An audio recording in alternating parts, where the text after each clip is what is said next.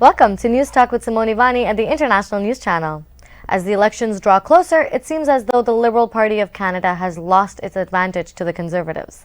Erin O'Toole's Conservative Party is currently enjoying 33% of voter support, with Justin Trudeau's Liberals falling closely behind at 32% support. Meanwhile, the NDPs under Jagmeet Singh have 20% of voter support. And although the Liberals may have called this election to obtain a majority, the current trend suggests that they may just be disappointed with the election results. Specifically, recent polls from Abacus data show that dissatisfaction with the government is rising, and only 41% of Canadians hold a view that the country is moving forward in the right direction. This may be in part because of the rise in COVID-19 cases due to the Delta variant across the nation that has forced Canadians into a fourth wave of the pandemic. As it stands, however, the Liberals' dream of a majority government appear to be moving further and further out of reach. Joining me today to further discuss the upcoming elections are my fellow Inc. TV hosts, Julia Cosby and Avaah Blackwell. Thank you for joining me, ladies. Thank you for having us. Yeah. So, to start off, I want to talk about one of the less talked about parties. So, the Green Party of Canada. They performed well in the 2019 elections. So, given the months of chaos that has engulfed them, how do you think the Greens will fare this time around? It's a great question, Simoni. And Annamie Paul, the leader of the Green Party, stated in an interview a couple weeks ago, I believe, she said that the two defining challenges that Canadians are facing right now are to build a social safety net to allow every Canadian to live in dignity and security. And the second challenge is how to tackle the existential crisis that is climate change within Canada. With emissions on the rise over the last reign of Trudeau, it's going to be a big thing for them to tackle. Well, as you know, there's a lot of strife within the party. I feel like their own party is their worst enemy. All this fighting within their own party. And also, one thing I'm very surprised about is because all of these big parties have their platforms that include climate change, why isn't the Green Party poking holes in all of their points? They're at the biggest advantage right now. They started as a smaller party where that was their main topic, and now they're at the advantage where everyone agrees with them for the most part, and they're not taking advantage of that as much as I thought they would. Yeah, they're not grabbing the proverbial bull by the horns. No, I agree. And with climate change too, I feel like that's one of their main things, but like also speaking, like that's not the only thing that you need to run a country, I guess. So I'm not sure how they're going to do it, quite frankly, either. But this election season has seen its fair share of controversies too. So the first campaign ad, which seemed to rub Canadians the wrong way, was brought to us by our very loving Conservative Party, who produced a Willy Wonka spoof of Justin Trudeau. Have you guys seen it, first of all? Yes, I've seen it. No, go ahead. Go ahead, Julia. Well, okay, first of all, I'm not a big fan of most of these political videos or like propaganda or anything to promote any of these parties. Most of them come across as pretty cheesy or, shall I say, cringy. So this is like every other one, to me at least. Mm-hmm. I find it completely cringy. But all of them I find cringy, so it is just in the list of cringy political ads. It's cringeworthy for sure. For sure. Don't correct me if I'm wrong. Did they launch that commercial before they revealed their full platform? I think so. Yeah, the feeling for me was that it was retaliatory and a defensive action on the part of the Conservative Party, and it felt very like I was like, are we in junior high here? Yeah. People. Why are you spending time and money and valuable resources on this? It didn't look like it took too much time. It didn't look like it took too much time, but like, I mean, I'm like, you wasted a lot of effort on this, people. And I mean, to be fair, they kind of had this election thrown at them, so they were reeling, but it ultimately gave Trudeau more face time in front of the public. Yeah. I don't know. It was sort of free publicity. They kind of state that any publicity, even bad publicity, is good publicity. So we'll see. We'll see. I didn't love it. I understood maybe where they were coming from, but I didn't agree with it. No, I personally just thought it was very childish too. Yeah. Like you said, we're not in junior high, and if anything, it makes it. There are other ways to show the country what you don't like about Justin Trudeau without trying to make it seem so childish. Yeah. So, in your opinion, was this a smart move on the part of Conservative Party? Nope. No. No, I mean, it bought them time, I guess. Yeah. Maybe they had other things going on that we didn't know about. So if they were covering something else up, then it was a smart move. But otherwise, no.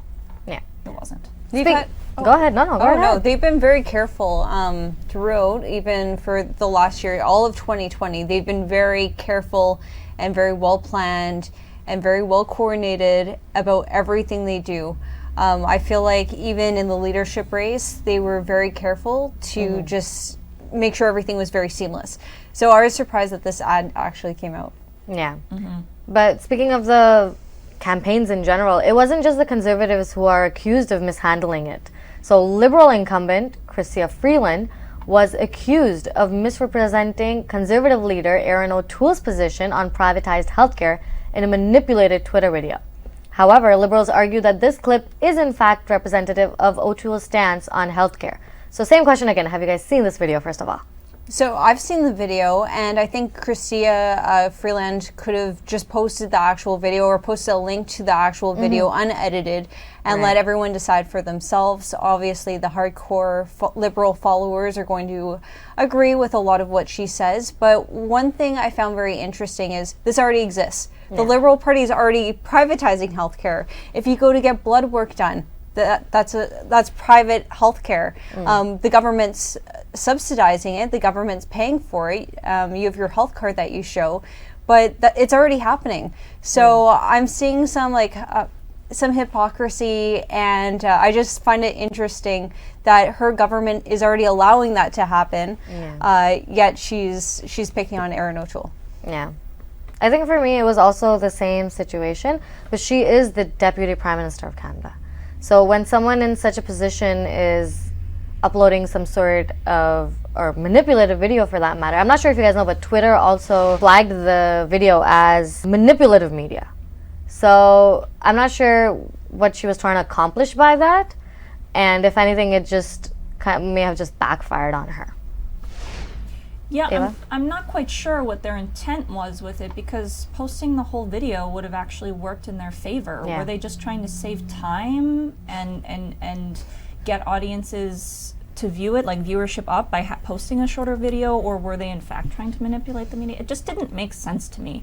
Yeah, it seemed like, to me, it just seemed more like an error, like a lack of thought. Or like an impulsive kind of thing. Impulsive, right? Yes. Exactly. So building off of that though, the Conservative government's position on a two-tiered healthcare system has facilitated some important conversations about the role of privatized healthcare in Canada. Do you guys think that privatized healthcare or options for private healthcare is in the best interest of all Canadians? Well, I will say that I would definitely not want to be a poor person in need of healthcare living in the United States of America. That's all I'm going to say. Oh my God. Yeah. Fair enough. Is that your final answer? That's my Julia? final answer. Okay, all right. That's all I'm going to say. I mean, to your earlier point, Julia, Medicare has been, or healthcare in Canada has been slowly been privatized over the past few decades, and although Medicare is a source of pride to Canadians, given the way it performed over the last year through the pandemic, it's really in question right now as to whether it is the most effective way to go about it. The core values of Medicare are universality and accessibility, and studies have shown that privatizing healthcare and private financing affects those core values, but doesn't affect the overall healthcare outcomes in a positive way. Though, going forward, Canadians have to determine what our values are and where we want them to be, because right now, Medicare is sort of reactive and it's not preventative. In my experience, it doesn't seem like they care whether I'm blind and toothless, because nothing is covered. Well, barely anything is covered in the way of dental or optometry, which leads to a lot of, if not taken care of on a regular basis, leads to a lot of other healthcare issues as you age, which puts a burden on the system later on. So I don't know if it's a matter of privatizing healthcare or just sort of shifting where the existing resources are currently allocated. That's actually fair enough. For me, I guess I'd agree that it might be in the best interest. Like when you privatize healthcare, you're creating competition, and when you're creating competition, you're creating space for better services, upgraded services. So I think that might be my stance on it, but we'll see.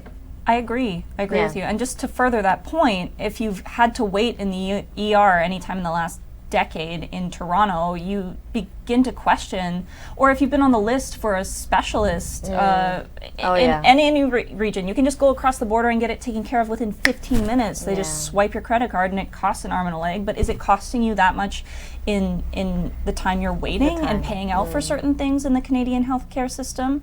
To your point, Julia, I would not want to be a poor, like I would not be wanting to live at or below the poverty line in Canada without the existing healthcare systems. I'm so grateful that it exists. Yes.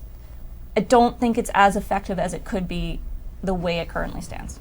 No, that's fair enough. And speaking of healthcare, as we are all very well aware, this election is occurring in the midst of the COVID-19 pandemic, fourth wave. In an attempt to get back to normal, many private and public organizations are now implementing vaccine mandates. Would you prefer to see a leader in power who supports it or one who opposes it? That's a great question. Yeah, everybody looks at me. I mean, it's such a slippery slope, isn't it? Yeah. Because what we decide now and what we are deciding through our action or inaction determines the fate of our future very directly here in this with these decisions. Due to, as far as I understand and as far as my research has shown me, currently the privacy laws that are in place in Canada make it very difficult for governments to enforce vaccine passports and mandates. And it is sort of a greater good scenario. And it's easy for me as a person in good health and good standing who's working a lot and contributing to the economy and needs to be out there as a performer, as a broadcaster, as an essential worker, now that entertainment is considered an essential service. Yes. To say, yes, we should very much enforce this. However, the other part of me says, well, what about people who are immunocompromised, who for whatever reason can't have the vaccine? What is their quality of life going to be if we enforce these mandates? And then in the future, when another wave of the pandemic, a different pandemic hits, and we just start to have to get more and more and more vaccines in order to do anything, what are the ramifications of these decisions now? I agree with you as well. There's so many things to consider, and it's really hard to just say everyone gets the same treatment, because that's not equality.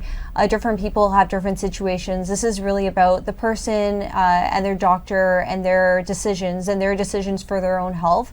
And this is really creating like a two-tier system.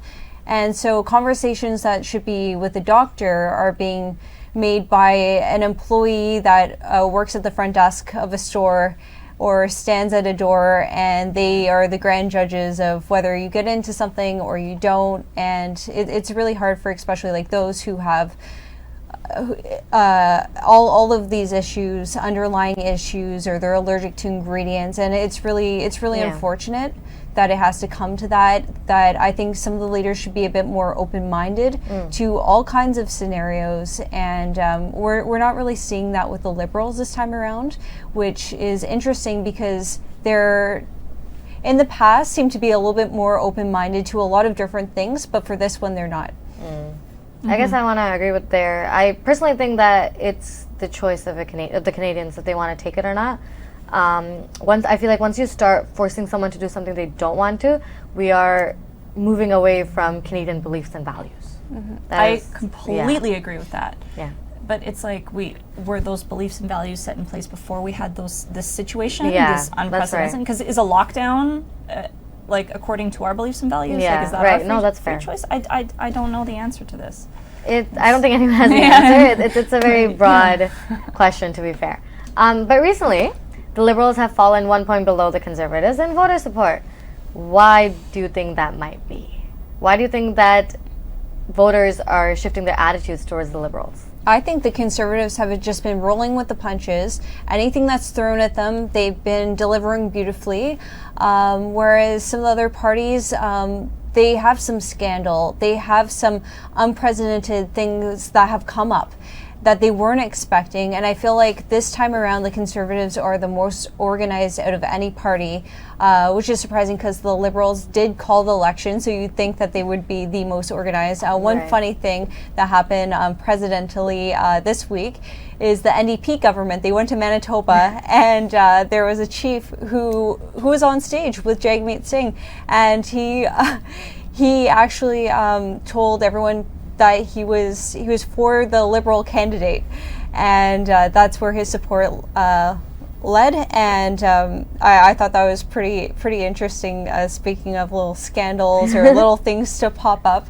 But I also think as well the Conservatives this time around have been more open-minded to like social issues, where typically the Liberals had really the advantage, for example, like LGBTQ rights and everything. You see the Conservatives, they're talking about paupers, which I think is, you know, really something I didn't expect them to bring up. Just all these different social issues, even climate change now across the board. That used to be like a fringe party with the Greens, and now it's across the board. All parties are accepting it. So I see a lot of open-minded perspectives coming from all parties this time around, and things that maybe issues that people didn't vote for Conservatives. They were pretty opposed to voting for Conservatives before because they didn't share those perspectives. I feel like Conservatives might be gaining votes this time around because Conservatives are more open-minded. So that I find that interesting, at least. Fair enough. Ava? That's a great answer, Julia, and I echo many of your sentiments. Yeah. I think also there's the issue of Canadians have just been through such a traumatic and uncertain time, and while there were good things that the Liberals did to help us out during those times, they seem to be clawing back on certain things and changing it, and we really are looking for somebody that we can trust right now. And because of all the scandals that the current party has sort of had uncovered and played out, we're looking for that strong voice, that strong leader that we can really depend on to get us through these next few times, you know, as we recover from financially, emotionally, mentally, from this pandemic. I agree. As we talked about last week as well, trust is what is riding this election, and with Trudeau, as you just mentioned, scandals and all that fun stuff, corruption and stuff, it's not working for him. He still looks great, don't get me wrong, 6 years later, but it doesn't work that way, I guess, anymore. And I guess the final nail in the coffin, as you also mentioned, with the pandemic. Him calling an election during the pandemic is what really may have jolted everyone, for that matter. As the Delta variant has thrown Canadians into the fourth wave, do you think that voters' confidence in the Liberals will continue to deteriorate? I think so. I feel like there isn't so much of a plan for those who are double vaxxed or have gotten an additional vaccine in the future. And what are they going to do in the winter when those who are double vaxxed or triple vaxxed are still getting COVID and the numbers start rising and rising and rising? I feel like this current government doesn't have, or at least I haven't seen a very big plan for that and what happens next. And I feel like there's a lot of distrust, and I feel like it's more so just blaming those who are unvaxxed or have a single vax. But I really think there needs to be a plan B and a plan for those who have already been fully vaxxed or triple vaxxed, leading on to the next wave, and what they're going to do and what their plan for them is. Fair enough. Yeah. I mean, part of me wonders if Trudeau even wants to win the next election with everything that's been going on. I mean, if I was him, I'd be exhausted by now. I'd be like, somebody please take the reins. No, that's oh my God. So maybe, I don't know, maybe underneath this all, he has to put on like the bravado of wanting a majority, but underneath it all, he's like, somebody please take my spot. Because that's what his actions are kind of showing, you know what I mean? Like I said before, in all seriousness, Canadians are really looking for the person that they can trust the most, that strong presence that's going to follow up on what they say. Their actions and their words are congruent with each other, and they line up, and they can help get us out of this next stage. Because we've been working hard collectively. We've all been trying to do our best to contribute to the economy as much as we can. We've been wearing our masks. Most of us have been going and getting vaccines when and where we can.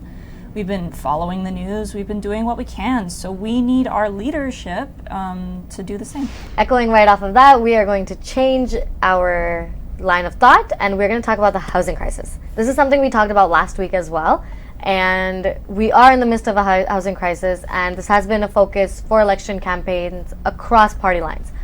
How do you want the leaders to handle this crisis? You know what I love about all these parties is I don't have to share my opinions. I don't have to make these tough calls. Those parties can do it for me, and I can pick and choose which issues I relate with the best and which answers I agree with the most.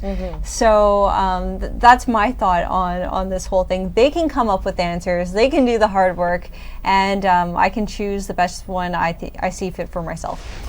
And again, correct me if I'm wrong, but it just seems like promises, and who's going to deliver, and that's truly what it always is in a campaign. But the Liberals were promising last time that they were going to put things in effect and into play to help with the housing crisis. And although they did put the foreign tax on in Toronto and everything, it didn't really seem to do much. Slowed it down a little bit, but there were a lot of loopholes that everybody found quite quickly to get around it. According to the World Economic Forum, the countries with the highest mortgage debt in a housing bust, they have deeper and longer recessions. And we are I think Canadians are all fearful that we are on the edge of a huge economic recession just because of what the economy's been through in the last few years.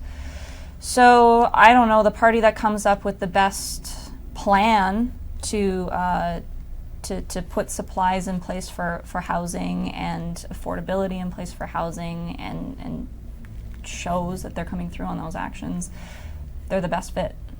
Yeah. And I think O'Toole is talking about banning the foreign funding here as well. Liberals are as well. Liberals are as well? Yeah, Oh, okay. Liberals are. They're all kind of, as far as I've seen, just on my preliminary research with the housing crisis, they're all sort of promising the same thing. I think they're all just piggybacking off of each other at this point. One's promising and they're just kind of adding on to their promises. But let's see how it goes. And that brings us to an end. Thank you so much for joining me, ladies. Thank you for having us. Thanks for having us. And thank you to our viewers at home for tuning in. This is Simoni Vani with Avaah Blackwell and Julia Cosby. You're watching the International News Channel on TAG TV. Don't forget to like, comment, and subscribe to stay up to date on all the latest news.